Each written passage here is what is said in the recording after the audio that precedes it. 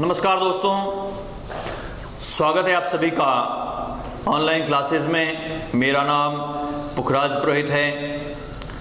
आज हम class 11th के लेखा शास्त्र का जो पहला टॉपिक है लेखांकन एक परिचय, इसके ऊपर विस्तार से चर्चा करेंगे। कैसे किसी लेखांकन करने की विधि का उत्पत्ति हुई, उसकी उत्पत्ति कैसे हुई और उनका उत्पत्ति करने वाला जो स्वामी है वो कौन है, किसने लेखांकन को जन्म दिया, कैसे उसकी शुरुआत हुई, इन सब के ऊपर हम आज विस्तार से चर्चा करने वाले हैं। तो देखिए, जो पहला टॉपिक है लेखांकन एक परिचय। हम इसके परिचय के ऊपर बात करें तो सबसे पहले क्या होता है कि लेखांकन की जो शुरुआत हुई वो कैसे हुई, क्यों हमें लेखांकन करना पड़ रहा है, पहले लेखांकन कैसे होता था, क्या लेखांकन अभी ही शुरू हुआ है या लेखांकन पहले से चलता आ रहा है, इन सब बातों के ऊपर हम चर्चा करेंगे। देखिए, लेखांकन की शुरुआत अभी नहीं हुई है। लेखांकन की जो शुरुआत है वो प्राचीन समय से चलती आ रही है। हाँ, ये जरूर है कि जैसे जैसे समय परिवर्तित होता जा रहा है, लेखांकन करने का जो तरीका है, लेखांकन के जो नियम हैं, लेखांकन के जो सिद्धांत हैं, उनमें बदलाव जरूर होता आ रहा है। लेकिन लेखांकन जो है वह प्राचीन समय से चलता आ रहा है। अब प्राचीन समय में लेखांकन कैसे होता था, क्या लेखा किया जाता था, कौन लेखा करता था? तो प्राचीन समय में क्या होता था कि जो किसी राज्य के जो राजा होते थे, किसी देश के जो राजा होते थे, उन राजाओं द्वारा अपने लेखापालों द्वारा लेखांकन करवाया जाता था। और वे लेखापाल उन राजा की जितनी भी आगम होती थी, आय होती थी, जितने भी उनके खर्चे होते थे, जितने भी करों की वसूली होती थी, इन सबका लेखा वो करते थे। और उन सबका लेखा होने के बाद में जो लेखापाल होता था वो राजा को उसका हिसाब पहुंचाता था। अब सबसे बड़ी बात ये आती है कि उस समय में लेखांकन किस पे किया जाता था। तो ये ध्यान रखने वाली बात है कि प्राचीन समय में न तो पुस्तकें होती थी, न कॉपी होती थी, कुछ भी नहीं होता था। तो उस दशा में जो लेखांकन होता था वो मिट्टी की पट्टियां होती थी, उसके ऊपर लेखांकन किया जाता था। अब मिट्टी की पट्टियों के ऊपर लेखांकन किया जाता था, जो हिसाब होता था। हालांकि उस समय में इतने व्यवहार नहीं होते थे तो इतना लेखा भी नहीं होता था, लेकिन जो महत्वपूर्ण जो जानकारी राजा को चाहिए थी वो जानकारी उस मिट्टी की पट्टी के ऊपर दर्ज कर दी जाती थी, जिसे राजा के पास में दिया जाता था और राजा उसे अपने पास में संभाल के रखता था रिकॉर्ड के रूप में। और इस तरीके से यह प्रक्रिया चलती जाती थी। लेकिन जैसे जैसे समय बीतता गया, लेखांकन की आवश्यकता और महसूस होती गई और धीरे धीरे कई विद्वानों ने इसके सिद्धांत भी बनाए, नियम बनाए, इनका तरीका भी बदला और उसके बाद में आज जो हम लेखांकन कर रहे हैं इस पद्धति तक हम पहुँचे हैं। तो थोड़ी सी हम उसके ऊपर जानकारी देखते हैं कि लेखांकन क्यों किया गया था। क्या होता है, मनुष्य की जो स्मरण शक्ति है उसकी एक सीमा होती है। कोई भी मनुष्य जो है, कोई भी व्यक्ति है, आज तक ऐसा कोई मनुष्य नहीं है जो वर्षों वर्ष की जो लेन देन है, जो व्यवहार हैं, उन्हें याद रख सकता है। ऐसा कोई व्यक्ति नहीं है। हर इंसान की याद रखने की जो क्षमता है वो एक सीमित होती है। एक सीमा के बाद में मनुष्य उसको भूलना शुरू हो जाता है। तो इस सबसे बड़ी समस्या के कारण हमें जो लेन देन होते थे, जो व्यवहार होते थे, उनको लिखने की आवश्यकता महसूस हुई।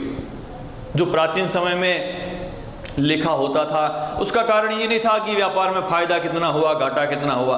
उस समय में लेखांकन की जो आवश्यकता थी वो ये थी कि हमने जो व्यवहार किए हैं वो कौन सा व्यवहार किया है, कब किया है, इसको याद रखने के लिए मनुष्य की स्मरण शक्ति सीमित होती है। तो उसे याद रखने के लिए फिर क्या किया जाता था, उसे लिखा जाता था। तो मनुष्य की स्मरण शक्ति की एक सीमा होती है, जिसके कारण जो है वो व्यवहारों को पुस्तकों में लिखा जाता था। और आज भी यही है, मनुष्य चाहे कैसा भी है, उसे जो याद रखने की उसकी भी क्षमता जो है वो आज भी एक सीमा तक निश्चित होती है, उसके बाद में मनुष्य याद नहीं रख सकता है। और इसके लिए कहावत भी बनी हुई है। एक कहावत अति प्राचीन काल से चलती आ रही है, बहुत समय से एक कहावत चलती आ रही है लेखांकन के लिए। क्या कहावत है देखिएगा कि पहले लिख पीछे दे, पहले लिख पीछे दे, भूल पड़े तो कागज से ले। इस कहावत में काफ़ी बातें शामिल है, अगर हम इसे गहराई से समझें। क्या कहती है ये कहावत? ये कहावत कहती है कि पहले लिख पीछे दे और भूल पड़े तो कागज से ले। जैसा कि मैंने बताया कि मनुष्य की स्मरण शक्ति की एक सीमा होती है, वह याद नहीं रख सकता है, तो उसको फिर उसने क्या किया, लिखना शुरू किया। तो पहले लिख और फिर पीछे दे। पीछे दे का अर्थ होता है कि जो पहला पन्ना भर गया है या पहली पट्टी भर गई है तो उसके बाद में अगली पट्टी या अगले पन्ने पर लिखना शुरू कर दो, और जो पन्ना भर गया है उसको पीछे देते जाओ। इस तरीके से निरंतर लिखते जाओ। भूल पड़े तो कागज से ले। अगर हमें कोई लेन देन हम भूल जाते हैं या हमें याद नहीं है, तो जब भी हम उस व्यवहार को जानना चाहते हैं, उसका पता लगाना चाहते हैं, तो फटाक से हम उस कागज से उस जानकारी को ले सकते हैं। और आज भी यही कर रहे हैं। तो वही कहावत है कि पहले लिख पीछे दे और भूल पड़े तो कागज से ले। इसीलिए हम उसको लिख लेते हैं, क्योंकि मनुष्य की स्मरण शक्ति की एक निश्चित सीमा होती है, उसके बाद में वो भूल जाता है, और भूलने के कारण हम उस व्यवहार को लिख लेते हैं, तो हम उसको कागज से वापस लेकर के हमारी जानकारी प्राप्त कर सकते हैं। तो ये कहावत थी। अब हम बात करते हैं सभ्यता के विकास के साथ साथ लेखांकन प्रणाली का भी विकास होता चला गया। हमने सभ्यता की बात भी की थी। तो मनुष्य की जो सभ्यता है, सभ्यता का विकास होता गया। उस सभ्यता के विकास के साथ साथ लेखांकन प्रणाली का भी विकास होता गया। जैसे जैसे सभ्यता बदलती गई, सभ्यता का विकास होता रहा, वैसे वैसे लेखांकन में भी समय समय पर बदलाव की आवश्यकता महसूस हुई और नए नए नियम बनते गए, नए सिद्धांत बनते गए। तो लेखांकन का भी एक विकास होता चला गया। लेखांकन इतिहासकारों ने लेखांकन का प्रयोग ईसा से 4000 वर्ष पूर्व बेबीलोनिया और इजिप्ट में पाया। हमारे जो लेखांकन इतिहासकार हैं, उन्होंने जब इसकी जांच की कि लेखांकन कब से होता आ रहा है, तो उन्होंने क्या पाया कि जो ईसा से 4000 वर्ष पूर्व लेखांकन की जो शुरुआत हुई वो कहाँ हुई? बेबीलोनिया और इजिप्ट में। उन्होंने उसको पाया कि उस समय भी बेबीलोनिया और इजिप्ट में लेखांकन होता था, जहां मजदूरी और करों का भुगतान संबंधी लेन देनों का लेखा मिट्टी की एक पट्टी पर किया जाता था। मैंने जैसे आपको पहले ही बताया कि जो भी लेन देन होता था उस समय हमारे पास में लेखा करने के लिए पुस्तकें नहीं होती थी, कॉपी नहीं होती थी। तो लेखा जो होता था वो किस में होता था? मिट्टी की पट्टी के ऊपर। और उस पट्टी के ऊपर जब लेखा कर दिया जाता था तो उसके बाद उस पट्टी को राजा के पास में रिकॉर्ड के रूप में रखा जाता था, जिसे वही संभाल के रखते थे। जब भी आवश्यकता पड़ती उससे वो जानकारी ले सकते थे।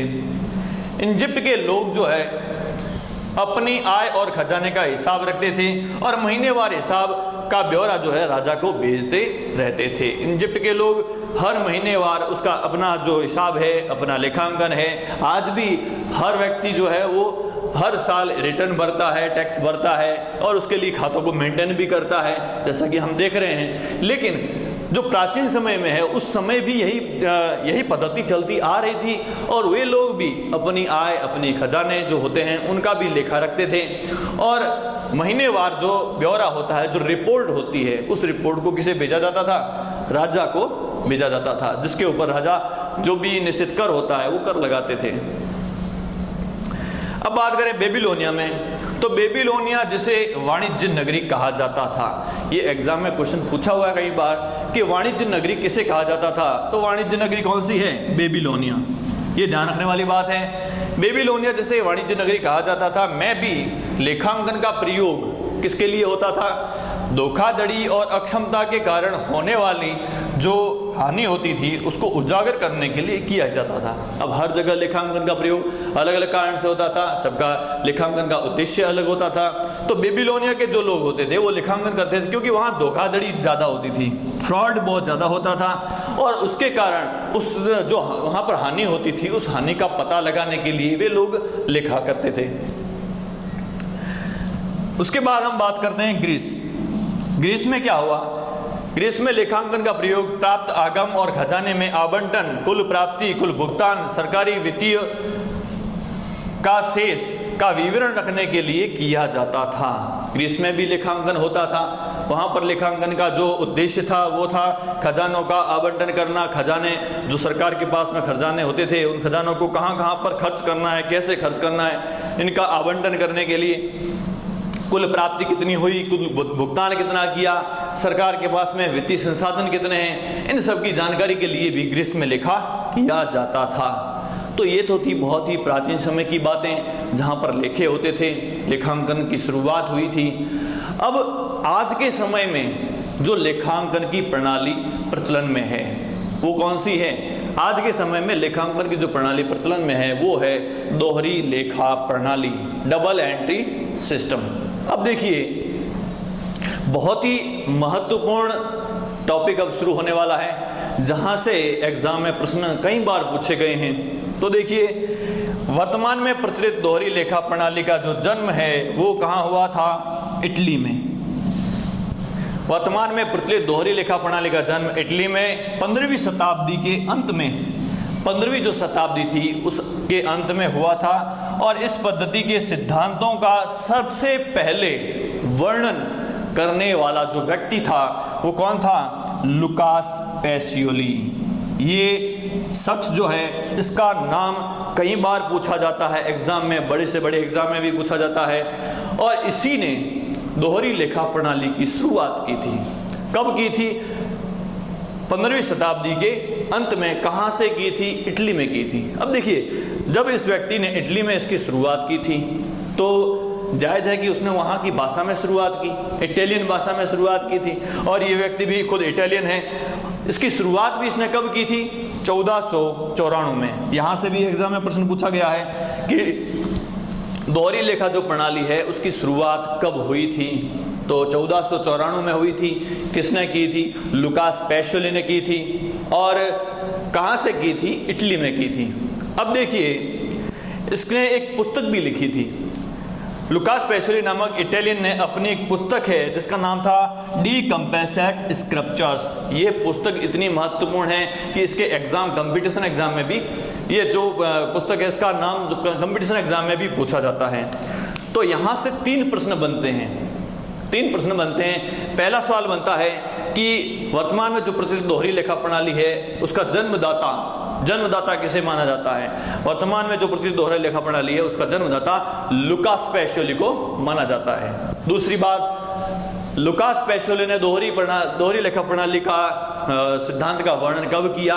तो 1494 में किया। तीसरी बात, लुकास पेसियोली द्वारा जो पुस्तक लिखी गई थी इटालियन में, वो इटली भाषा में लिखी गई थी, वो कौन सी पुस्तक थी? तो उस पुस्तक का नाम क्या था? डी कंपेसेट स्क्रिप्चर्स। तो ये बात ध्यान रखने वाली है। अब क्या होता है कि ये पुस्तक जो लिखी गई वो इटालियन भाषा में थी, तो जायज़ है कि वहाँ के लोग ही इसका उपयोग कर सकते थे, लेकिन इतनी महत्वपूर्ण थी कि लोगों को इसकी आवश्यकता महसूस हुई। तब क्या हुआ कि बाद में सन 1543 में, इस सन को भी ध्यान रखना है, सन 1543 में इस पुस्तक का अंग्रेजी में अनुवाद किया गया। जो डी कंपेसेट स्क्रिप्चर्स पुस्तक थी जो कि इटालियन भाषा में थी, इस पुस्तक का इंग्लिश में ट्रांसलेशन किया किसने किया? हुज ओल्ड केसिल ने। कब किया? 1543 में। और डी कंपेसेट स्क्रिप्चर्स पुस्तक कब लिखी गई थी? 1494 में। अब इस पुस्तक का अंग्रेजी में ट्रांसलेशन किया था हुज ओल्ड केसिल ने। ठीक है, कहाँ पे किया था? लंदन में किया था। ये जो बात है कि कहाँ पर किया था ऐसा तो एग्जाम में नहीं पूछा जाता है, लेकिन ये जरूर पूछा जाता है कि जो डी कंपेसेट स्क्रिप्चर्स पुस्तक है इसका अंग्रेजी में अनुवाद किसने किया? तो हुज ओल्ड केसिल ने किया। कब किया था? तो उसका अनुवाद किया गया था 1543 में।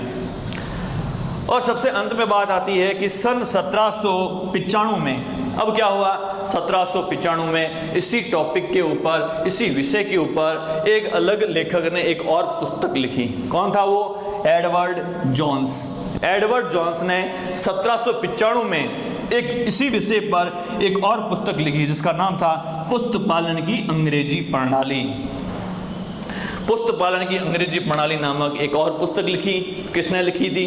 ये पुस्तक लिखी थी हमारे एडवर्ड जोन्स ने। कब लिखी थी? 1795 में। तो ये था लेखांकन का कुछ छोटा सा इतिहास, कब से शुरुआत हुई और वर्तमान में कौन सी लेखांकन प्रणाली चल रही है, प्रचलन में है, इसकी शुरुआत किसने की थी और इसकी शुरुआत की जो पुस्तक थी वो कौन सी भाषा में थी, उसका ट्रांसलेशन किसने किया और नई जो पुस्तक लिखी गई वो कौन सी पुस्तक है और किसने लिखी थी, इसके ऊपर हमने आज इस विस्तार से चर्चा की है।